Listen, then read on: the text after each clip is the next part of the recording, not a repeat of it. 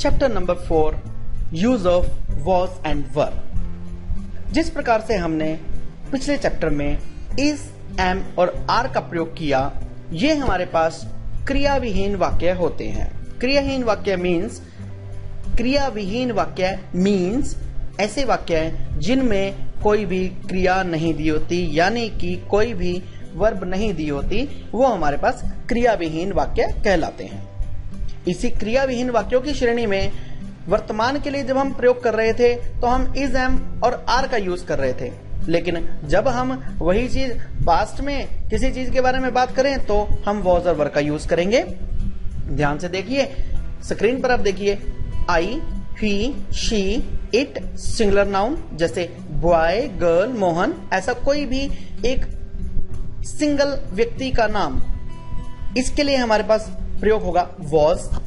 Was का हिंदी में शाब्दिक अर्थ है था या थी, यानी कि जब भी हमारे पास हमारे हिंदी के वाक्य में था या थी शब्द आ जाए और वो वाक्य हमारे पास क्रियाविहीन हो, वहां पर हम वॉज का प्रयोग करेंगे। जैसे आई वॉज अ स्टूडेंट। वर का प्रयोग थे के अर्थ में किया जाता है, यानी कि प्लूरल सब्जेक्ट के लिए किया जाता है। वी, यू, दे और प्लूरल सब्जेक्ट जैसे बॉयज, गर्ल्स, फ्रेंड्स, पीपल। इस प्रकार से हमारे पास बहुत सारे ऐसे प्लूरल सब्जेक्ट हैं जिनके लिए हमारे पास वर का प्रयोग होगा।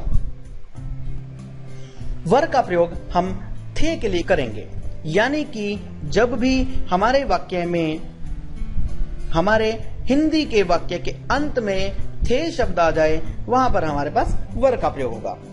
दूसरे शब्दों में हम इस प्रकार से भी समझ सकते हैं, किसी भी प्रकार की प्राचीन सूचना उपलब्ध कराने के लिए, किसी भी प्रकार के पुराने समय की जानकारी देने के लिए हमारे पास वर का प्रयोग होगा। कैसे? जैसा कि आप स्क्रीन पर देख रहे हैं कि एक डॉक्टर साहब हैं और एक छोटा बच्चा है। यही डॉक्टर साहब एक छोटे बच्चे के रूप में 2012 का एग्जाम्पल दिया गया कि डॉक्टर साहब 2012 में एक स्कूल गोइंग बॉय थे और अब 2016 में डॉक्टर साहब डॉक्टर बन चुके हैं। कैसे? डॉक्टर साहब बोलते हैं आई एम डॉक्टर, मैं एक डॉक्टर हूं। ये वर्तमान की बात कर रहे हैं कि अभी मैं वर्तमान में एक डॉक्टर हूं।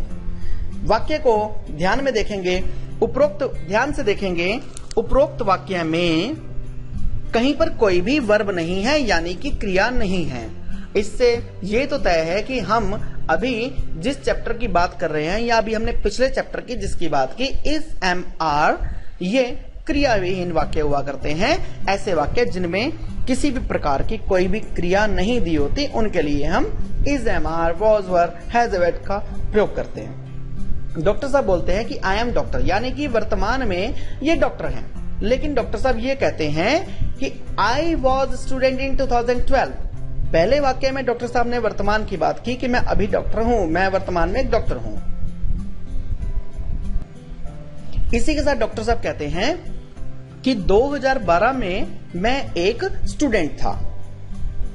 डॉक्टर साहब अगला वाक्य बोलते हैं आई एम 22 ईयर्स ओल्ड, मैं 22 साल का हूं।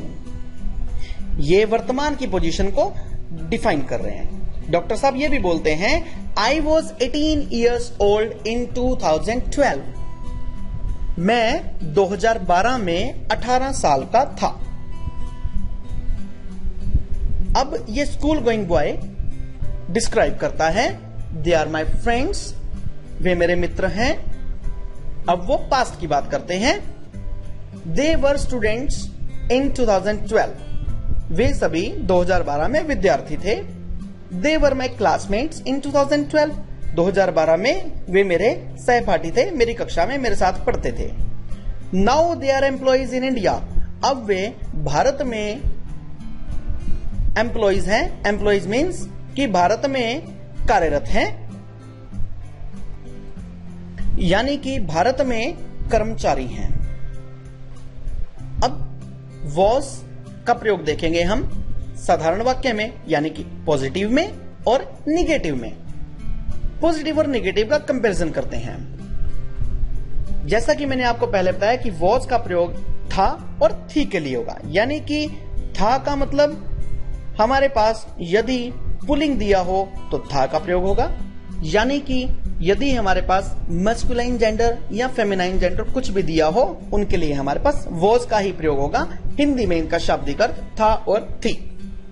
I was a teacher, negative में जैसा आपको पहले ईजेमार के चैप्टर में बताया कि केवल हेल्पिंग वर्ब के तुरंत बाद नोट लगेगा। I was a teacher negative में हुआ आई was not a teacher.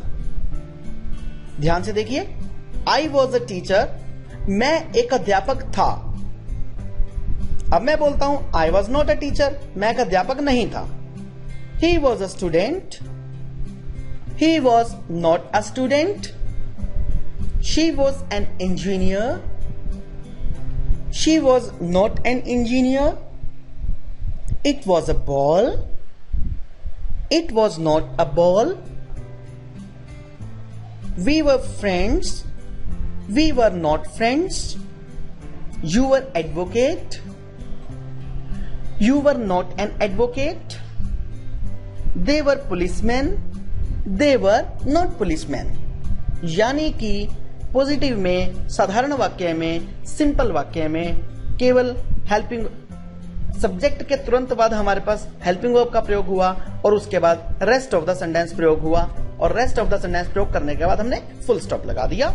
Negative में हमने सब्जेक्ट का प्रयोग किया, उसके तुरंत बाद हमने हेल्पिंग वर्ब लगाई। हेल्पिंग वर्ब के तुरंत बाद यानी कि तीसरे नंबर पर हमने नोट लगा दिया। नोट लगाने के बाद उसके बाद हमने रेस्ट ऑफ द सेंटेंस लिखा, बचा हुआ वाक्य जो है वो लिखा और उसके तुरंत बाद हमने एक फुल स्टॉप लगा दिया जिससे कि हमारा वाक्य समाप्त हो गया।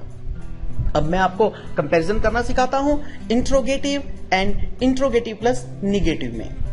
इंट्रोगेटिव सेंटेंस यानी कि वो सेंटेंस जिनको हिंदी में हम बोलते हैं प्रश्नवाचक वाक्य। जब भी किसी भी प्रकार का कोई भी प्रश्न पूछा जाए वो हमारे पास इंट्रोगेटिव सेंटेंसेस हैं। और जब किसी वाक्य में प्रश्न पूछने के साथ साथ नहीं भी लग जाए, हिंदी के वाक्य में जब हमारे पास क्या लग जाए तो हमारे पास इंट्रोगेटिव सेंटेंस, और जब हमारे वाक्य में क्या के साथ नहीं भी लग जाए तो हमारे पास इंट्रोगेटिव प्लस निगेटिव।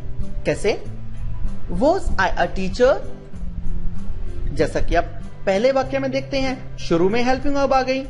मैंने इज़-एम-आर वाले चैप्टर में भी आपको बताया था कि सबसे पहले वाक्य के शुरू में हेल्पिंग वर्ब आएगी, उसके तुरंत बाद हमारे पास सब्जेक्ट आएगा और उसके बाद हमारे पास रेस्ट ऑफ द सेंटेंस। और इंट्रोगेटिव प्लस नेगेटिव सेंटेंसेस में वाक्य के अंत में प्रश्नवाचक चिन्ह आएगा, क्वेश्चन मार्क आएगा। जैसे अब दोबारा से इसको देखते हैं, वॉज आई अ टीचर।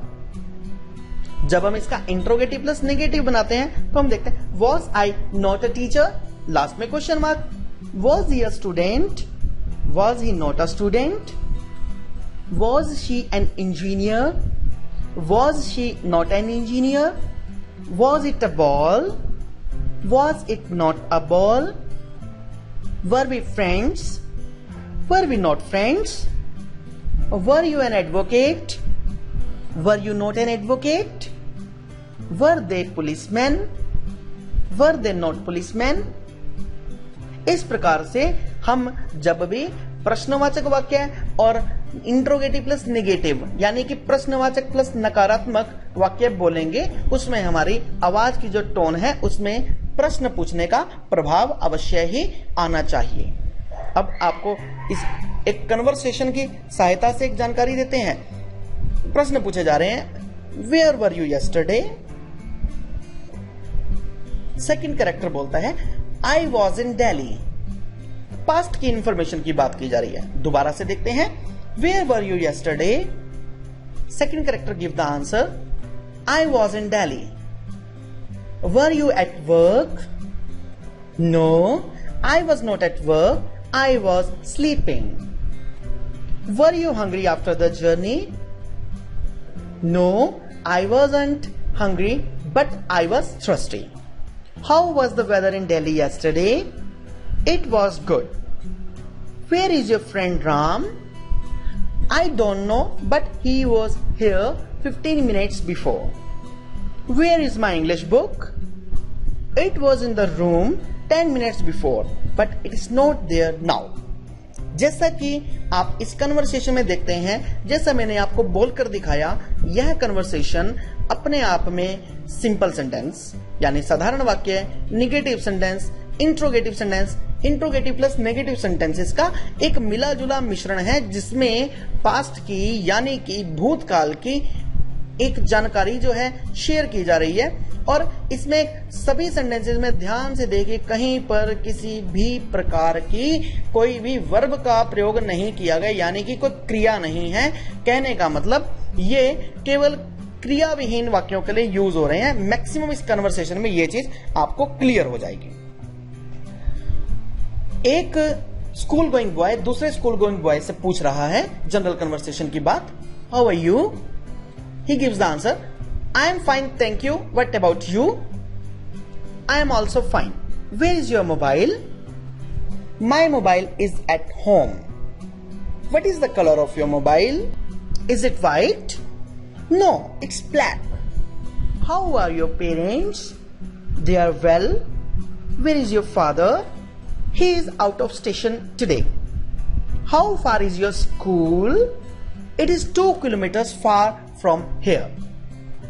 अब हम प्रयोग कुछ मिले जुले वाक्यों का, क्योंकि हम is, am, are, was, were का प्रयोग कर चुके हैं, तो अब हम WH फैमिली के प्रयोग से is, am, are और was, were का प्रयोग देखते हैं कि किस प्रकार से प्रश्न पूछा गया और किस प्रकार से उसका आंसर दिया गया। Where are you? I am in Delhi today. What is your house number? My house number is 20 by 84. How old were you last year? पिछले साल तुम कितने साल के थे? I was 14, but now I am 15. Who was your best friend in school? School में आपका सबसे पक्का मित्र कौन था? Sumit was my best friend in school days, but now Ram is my best friend. Where was Sumit from? He was from Delhi, but now he is in Punjab. Why were you late in class yesterday?